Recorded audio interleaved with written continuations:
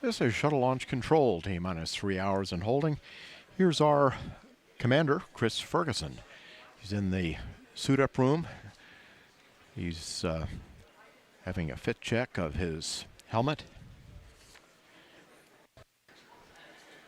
He's our commander on this flight, and going over to pilot Doug Hurley.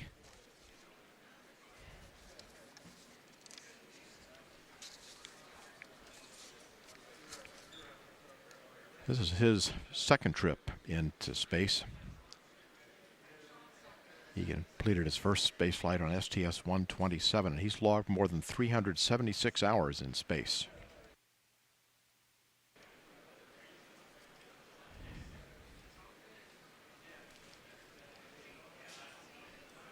And here is Mission Specialist number 1, Sandy Magnus. This is her third space flight. She spent more than 4 months in space aboard the International Space Station.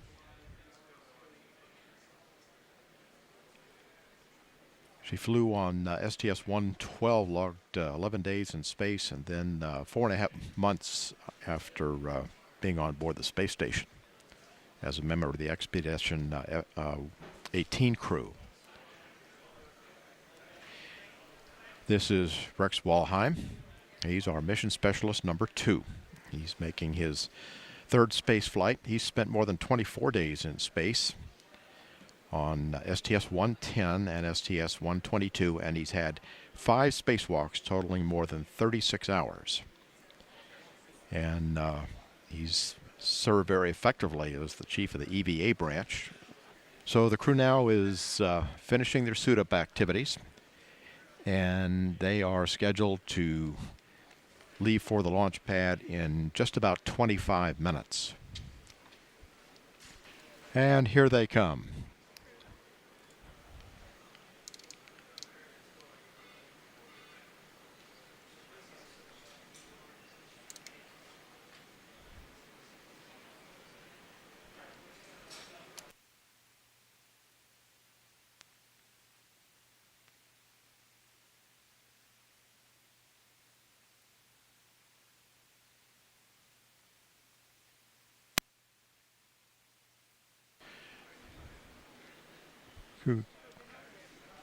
Crew going down the elevator where they'll be greeted by employees from Kennedy Space Center and members of the news media. This is the same elevator that's been used by the astronauts ever since Apollo.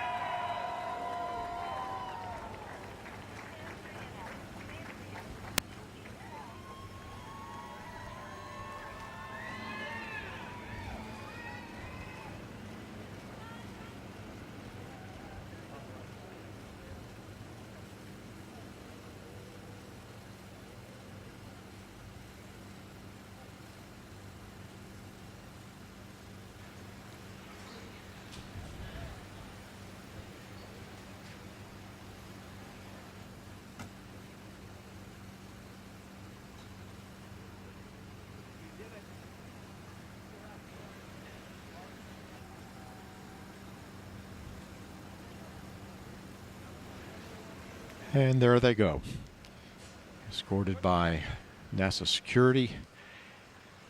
Also be a helicopter flying overhead.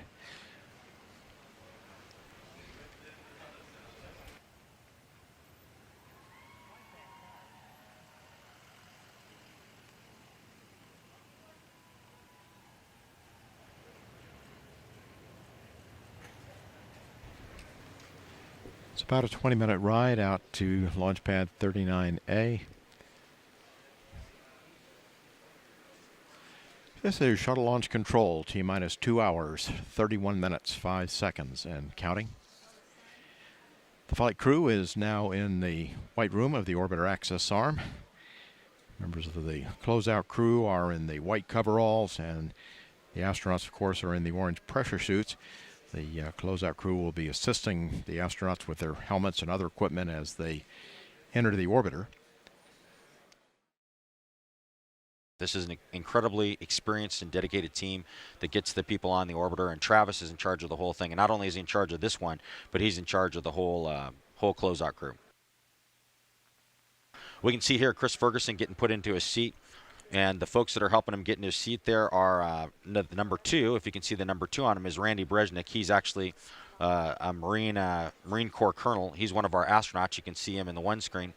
And Randy is actually getting on there to help out with the communications checks and all those kind of things. But the guy running the operation is Drew Billingsley, who's number 3.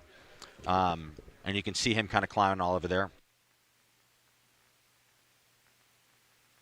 If you look in the view there, you can see Chris Ferguson right in front of us, and kind of behind to the right, kind of leaning over, is Randy Brezhnik, number 2, and now disappeared from sight is Drew Billingsley.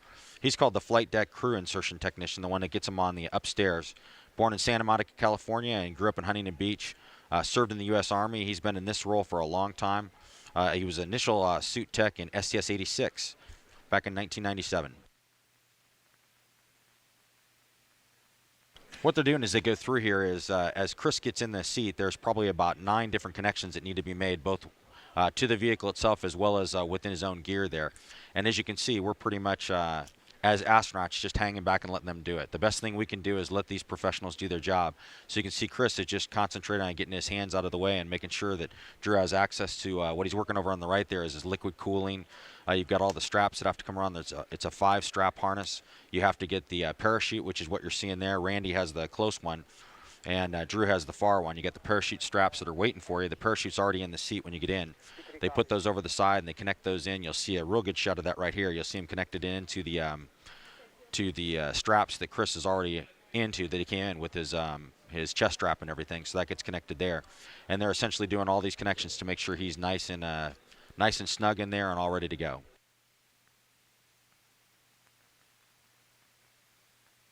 So you talk about the 2 guys in there. Drew is this will be his 11th mission. I'm trying to remember Randy. And this is Randy's first one as the number 2. So this is the first time he's actually inside the vehicle doing this setup here. So I'm sure he's having a lot of fun. And this looks like Doug Hurley. Yes, it'll be Doug Hurley going in, Marine Colonel. He is flying as a pilot on this flight. This is his 2nd flight. Flew a few years ago on 127. And he's being helped there. You can see the guys out in the white room. They get everybody ready to go. Number 4 there is Renee Arians. He's another longtime member. And by the way, all the guys that we've talked about so far are USA employees, other than Randy Brezhnik, of course, who's the astronaut. But Renee has been with the United Space Alliance for a long time. 27 years in the space program. He's been for 40 launches. And he's just doing a great job for us. He's been the OVCC. He's actually had Travis Thompson's job. Travis is number 1. There's only about 3 or 4 people that are qualified to do that job at any one time, and Renee is another one. But in this flight, he's actually filling the number 4 role. And so he does a great job with it. He's going to be the hatch technician when they close the hatch and take care of all that stuff. Now, you mentioned Randy Brezhnik. He's the ASP, right? Astronaut Support Person. Yep, it's called Astronaut Support Person, yeah. When does he get on board? He gets on fairly early, doesn't he? He does. He comes out and gets everything prepared inside the crew cockpit before the crew gets out there and make sure that all their gear is in place. There's a lot of things they don't bring with them. They don't carry out with them that we take out for them. And I did this job quite a while ago, and there's a lot of things you take out there, get ready. You essentially triple check the cockpit to make sure everything's in place. You can see Drew there working with Chris Fergie's communication gear. That's the white line that's coming down. It's actually from the back of the helmet that connects into the system, but that's the line that communication comes through. So you see that wraps around a couple times. And the black piece of gear we call the hot dog there, that's the quick disconnect. Everything that he's being strapped into the shuttle with has a quick disconnect, so they can just pull things instead of having to tightly undo things. Everything just has a quick pull that they can take apart in case they would have to get out. If there's some kind of emergency at the pad and instead of launching they're going to have to get out, there's a bunch of quick disconnects you pull, so they can just, for Chris, he would roll to his right, drop down on the MS2 seat, which Drew or not Drew, but Randy Brezhnik is kind of over there on the left. He would drop down on the seat down there and then get out of the vehicle. So that's part of the reason why it takes so long, is because everything's an intricate thing. You don't want anything to be tangled up. You don't want anything that can slow the crew member down if they need to get out of the vehicle. So. And this is Sandy Magnus. She's our mission specialist number 1. So when she gets in, I think she's going to be on the flight deck in the aft right seat. Step 628. That's correct. We got a good view of it now. They are complete. Doug has gotten in from the middeck, and you kind of have to go in through the middeck, through the hatch, and in the middeck you kind of take a right, about a 90-degree right. You have to go through the ladder access, which normally when you're vertical you'd be climbing the ladder. In this case you're going right, and then you actually crawl on the aft panels, and you can see that Randy's actually standing on the aft panels there as he gets folks ready to get in the vehicle. So we've got things down there that protect the aft panels. Certain place where you can stand, like if you notice, for instance, Randy's not standing on the switches. We can't stand there. But it's kind of intricate. You have to weave your way around, and so you come in the hatch, you turn to your right for about 90 degrees, go about 5 feet, you drop down to the aft panels, aft lower panels of the flight deck, and then you climb up on the Mission Specialist 2 seat, and then you have to get yourself up in the pilot or commander seat. So these are the hardest 2 seats to get into, and it's kind of a monkey bar thing. There's a grip up there that they grab with their hands, and then they put their feet up there, and oftentimes you'll see the technicians, either Drew or Randy, helping them get their feet up there and get all situated. And then the critical thing is getting yourself on the parachute correctly. You want to get yourself all the way down in the seat, as far as to the seat pan as you can, because the shoulder straps of the parachute can be quite painful if you don't get those a little bit loose. So you want to make sure you're as far down in the seat pan as possible. So you'll see a lot of adjustments here where they're pushing on them and pulling on people and getting them in the right place. And it's kind of a manhandling task. Obviously with the suit weighs a lot. It usually weighs about 50 to 60 pounds, and so they're carrying a lot of extra weight, and it's bulky, and it's hard to get where you want to go. And that's why we have so much extra help in there for these guys. This job is almost impossible to do yourself on the ground. On orbit, it's pretty easy. You just have to set things up, and you're floating, so it's a lot easier. You can move around a lot more readily, and the bulkiness doesn't hurt you nearly as much when you're in zero-G. CMT and MT adjustment is complete. Ready for IMU platform positioning. Copy that. Next milestone is a check of the orbiter's flight controls. TLS is go for purge sequence 4.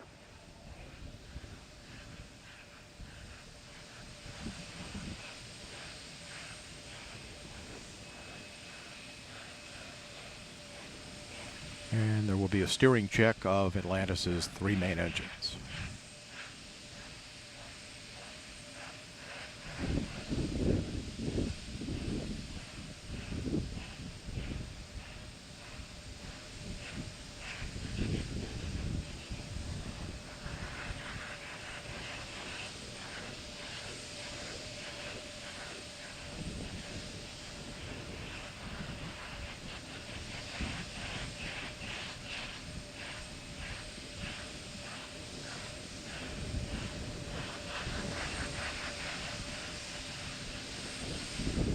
Verifying now that the main engines are in their start position.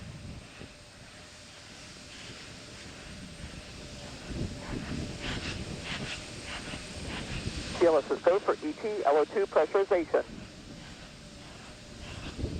Starting now the retraction of the gaseous oxygen vent arm, the vent hood.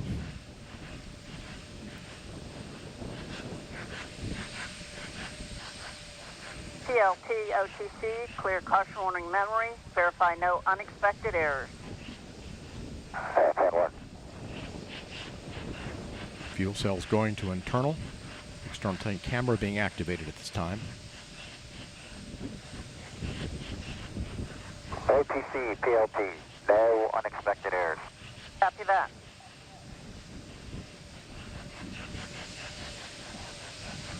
Flight crew OTC, close and lock your visors and initiate O2 flow. That's in work. T-minus 2 minutes. TLS is go for ET LH2 pressurization. Solid rocket booster cameras being activated.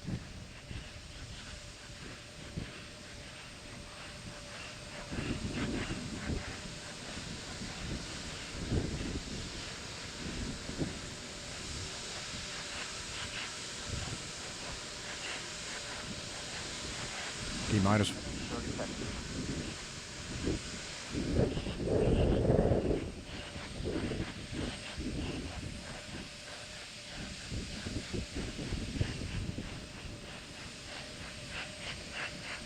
sound suppression water system is being armed.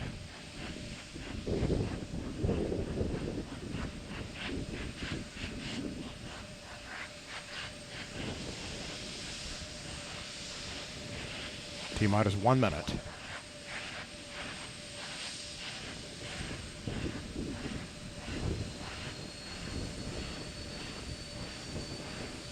But oxygen and liquid hydrogen fill and drain valves are closed.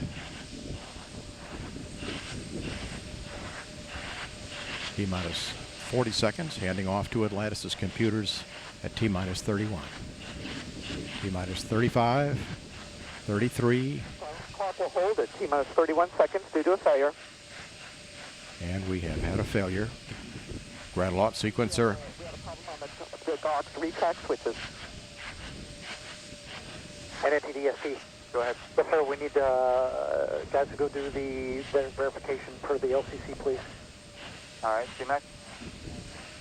Yes, CMAC. The LCC says we need to verify using a camera, and we're positioning camera 62 right now. Okay. Let us know as soon as 62 is swung over and you can verify LCC for GVA retract, please.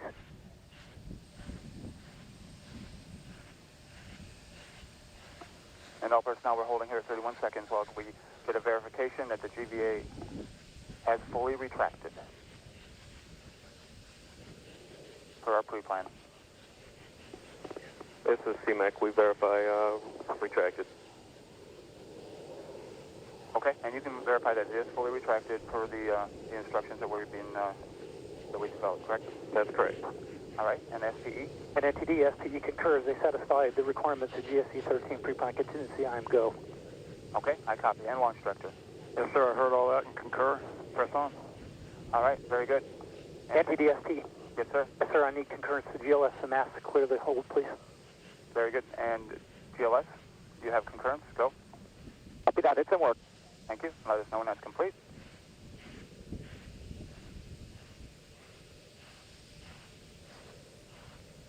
NTD, we have it in work.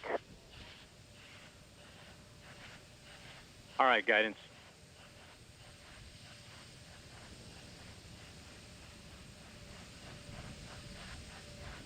And just a reminder for folks, our lock turn back hold time is 3 minutes and 16 seconds.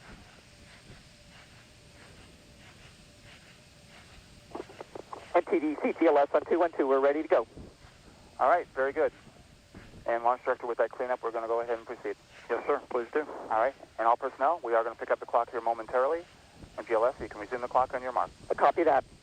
Countdown clock will resume on my mark. 3, 2, 1, mark. T minus Go for auto sequence start. handoff to Atlantis' computers has occurred. Solid rocket booster nozzle steering check in work. 20, Firing chain is armed. 15, Go for main engine start. T minus 10, 9, 8, 7, 6, 5. All three engines up and burning. 2, 1, 0, and liftoff. The final liftoff of Atlantis on the shoulders of the space shuttle. America will continue the dream. Program, Houston. Roger roll, Atlantis. Houston now controlling the flight of Atlantis. The space shuttle spreads its wings one final time for the start of a sentimental journey into history. 24 seconds into the flight, roll program complete. Atlantis now heads down, wings level on the proper alignment for its 8.5-minute ride to orbit. 4.5 million pounds of hardware and humans taking aim on the International Space Station. 40 seconds into the flight, the 3 liquid fuel main engines throttling back to 72% of rated performance in the bucket, reducing stress on the shuttle as it goes transonic for the final time. Engines now revving up, standing by for the throttle up call.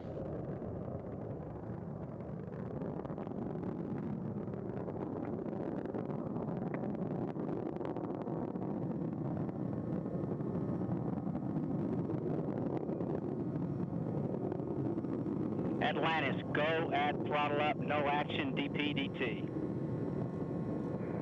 Go with throttle up, no action on DPDT. That call from Capcom Barry Wilmore, a transducer, instrumentation only, no action required.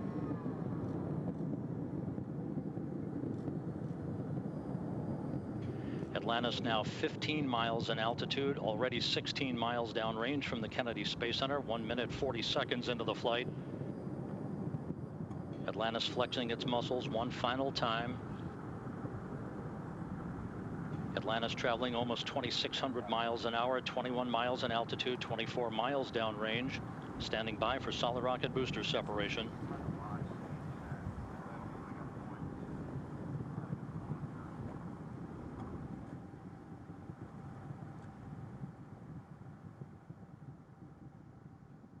Booster officer confirms staging a good solid rocket booster separation. Guidance now converging. The main engine steering the shuttle on a pinpoint path to its preliminary orbit. 2 minutes, 20 seconds into the flight. Atlantis already traveling 3,200 miles an hour, 35 miles in altitude, 50 miles downrange. The propulsion officer reports the orbital maneuvering system engines have ignited. Atlantis kicking on its afterburners for 1 minute, 23 seconds for the final phase of powered flight.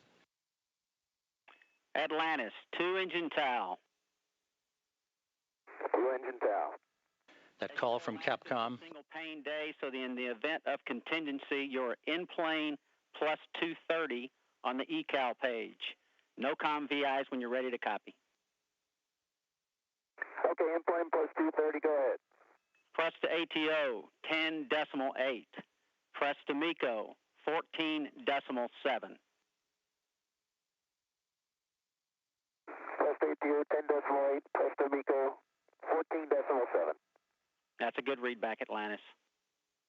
Because of the slightly late launch time, Capcom Barry Wilmore reading up to pilot Doug Hurley the updated abort boundaries for Atlantis, which is flying on the singular power of its 3 liquid fuel main engines, draining a half a ton of fuel per second from the shuttle's large fuel tank. 3.5 minutes into the flight, Atlantis traveling 4,200 miles an hour, 54 miles in altitude, already 120 miles downrange from the Kennedy Space Center. 3 good main engines, 3 good auxiliary power units, 3 good fuel cells for Atlantis.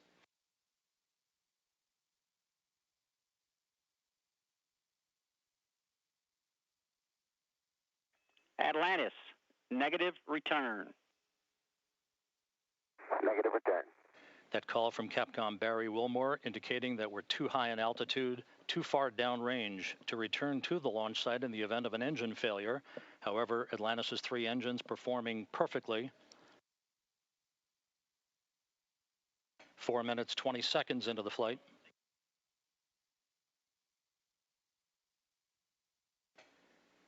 Atlantis currently traveling 5,500 miles an hour, 62 miles in altitude, almost 200 miles downrange. 4 minutes of powered flight remaining. Atlantis speeding straight as an arrow toward its date with the International Space Station Sunday morning.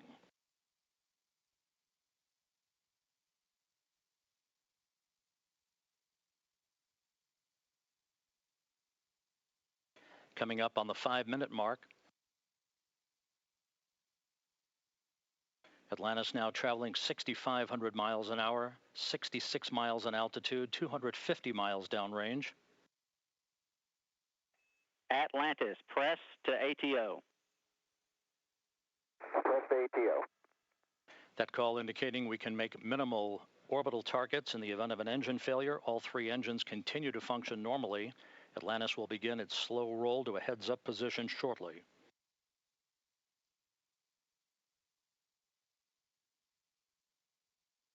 Five and a half minutes into the flight, Atlantis traveling 7,700 miles an hour, 315 miles downrange. Atlantis, single engine, ops 3. Single engine ops 3.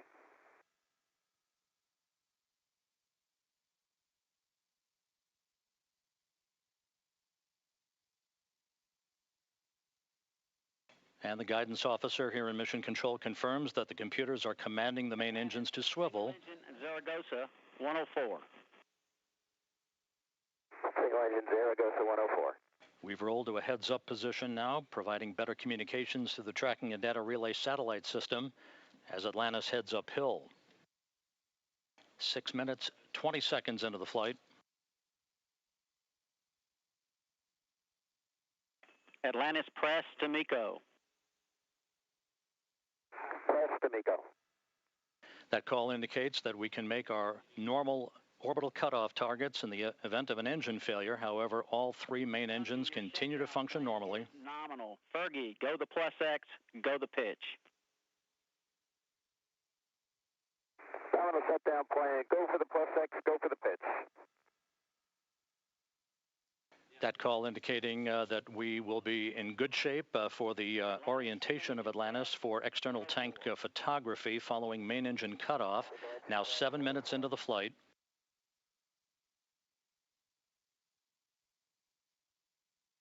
One minute, 20 seconds till main engine cutoff. Atlantis traveling 12,000 miles an hour.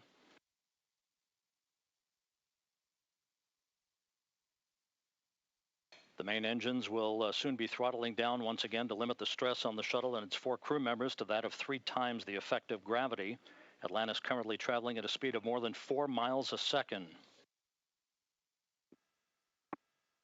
1 minute of powered flight remaining for Atlantis.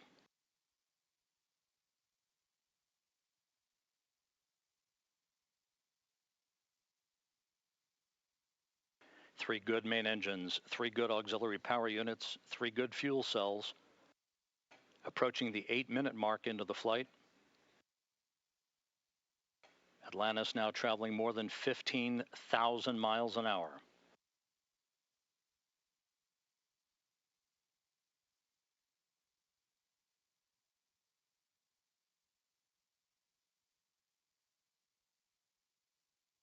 Eight minutes, 15 seconds into the flight, standing by for main engine cutoff.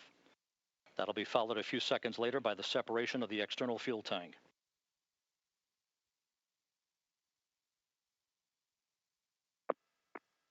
Booster officer confirms main engine cutoff. For the last time, the space shuttle's main engines have fallen silent as the shuttle slips into the final chapter of a storied 30-year adventure. Now standing by for external tank separation.